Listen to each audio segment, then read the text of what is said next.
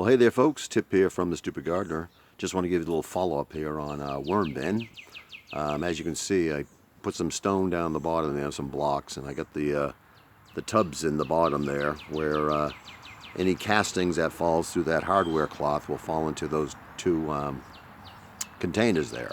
Probably won't get anything for a couple of months, but I just wanted to get that all up there so I didn't have to mess around with it later. They've only been in there a day, but I did put some banana peels in there last night and came out this morning and just looked at them, and they really did attack them. So that's a good sign that they are coming up to eat. And so we just got to figure out how much we're going to put in here each week, how much they're going to eat, and all that. And I'll get over here so you can see inside here. As you can see, I put some cardboard on top, and it's nice wet cardboard just to keep it moist.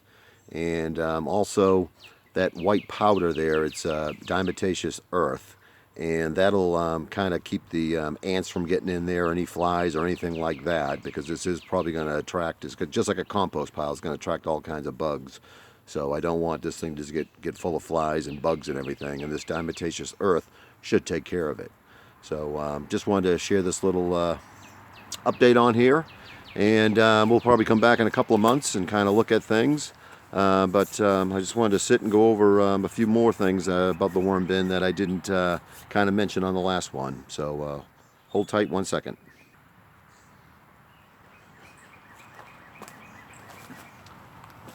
Okay, so I just wanted to go over and I neglected to say the kind of worms that I bought from Uncle Jim's Worm Farm. These are the red wiggler worms, and they're long, skinny worms. They'll get real big.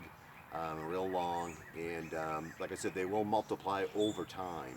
And as I mentioned before, I did put some banana peels in there. I cut them up real small, and I checked them this morning. I dug down, looked at them. The worms are all around them, so that's a good sign that the worms are feeding. And I'm sure they're hungry because they probably had a 3 to 4 day trip coming down. I think they came down out of Pennsylvania, so they had a 3 to 4 day trip.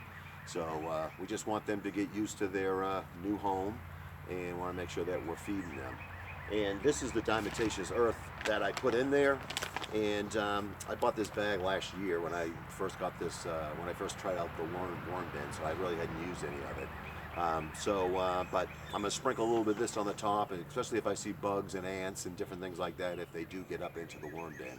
I just want to make sure that the worms are getting all the food, and I don't want any other bugs in there feeding on anything. And then also I got these crushed oyster shells, and I bought these online last year too, because I was going to get some chickens last year, but I put that off for a year because I got a little bit too much going on here. And but this is something good that you can sprinkle on there too, because the worms need that grit when they're eating food, and that grit will really help digest their food and all that too. And another good thing to put in your compost is I'm putting into your worm bin also. And I put some in here this morning with some coffee grounds.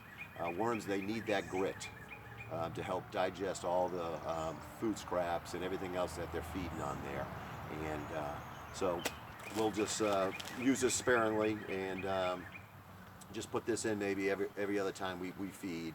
It just depends how much they eat and how much I see. If I see this is being eaten and it's gone, then I'll add a little bit more. But I don't want to load this thing up with these oyster shells. This thing was kind of expensive. So, we'll give this worm bin a couple of months. We'll take a look at it and just see how many we have in there. Just see how they're doing, how they are feeding. I probably put about this much unscreened compost in the bottom, and put some newspaper in there. And I cut up some small pieces of cardboard because the worms really like cardboard. They like getting into all those nooks and crannies in the cardboard and feeding on that.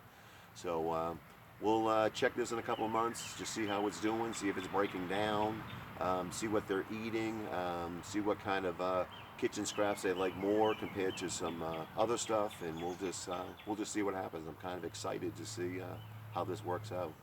So I just want to thank everyone for watching. And if you're not a subscriber, please subscribe to the channel. If you like the video, hit like. You got any comments, stick them down below. I would love to hear how other people do their worm bins and different tips that they have. It'll probably kind of help me, since this is my first time doing this. So until the next time, this is Tip, Stupid Gardener, signing off. Everyone take care. God bless.